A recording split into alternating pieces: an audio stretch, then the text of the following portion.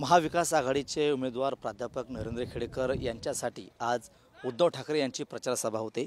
आपण बघू शकतो खामगाव इथल्या जेवी मेहता या मैदानावरती ही जाहीर सभा या ठिकाणी होणार आहे।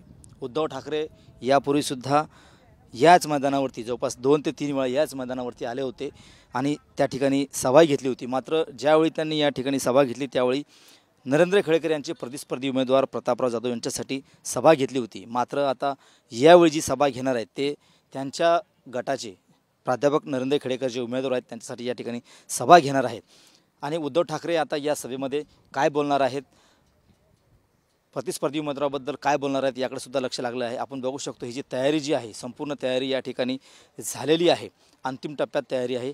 आज सायंकाळी याच मैदानावरती उद्धव ठाकरे सभा घेणार आहेत आणि आपल्या जे उमेदवार आहेत प्राध्यापक नरेंद्र खेडेकर यांना निवडून आणण्यासाठी या ठिकाणी मतदारांना आवाहन करणार आहेत। एकीकडे पाहिलं तर उद्धव ठाकरे सोबत संजय राऊत हे असतील, मुकुल वासनिक असतील आणि अंबादास दानवे सुद्धा या ठिकाणी सभेला संबोधित करणार आहेत। एकंदरीत पाहिलं तर बुलढाणा लोकसभा मतदारसंघामध्ये या ठिकाणी तिरंगी लढत होणार आहे, तर काही ठिकाणी चौरंगी सुद्धा लढत होत असल्याचे चित्र आपल्याला या ठिकाणी बघायला मिळते। मात्र उद्धव ठाकरे आजच्या या सभेमधून काय बोलणार याकडे सुद्धा लक्ष लागून आहे। कॅमेरामन प्रसाद पवारसह गणेश सोळंकी, TV9 मराठी, खामगाव, बुलढाणा।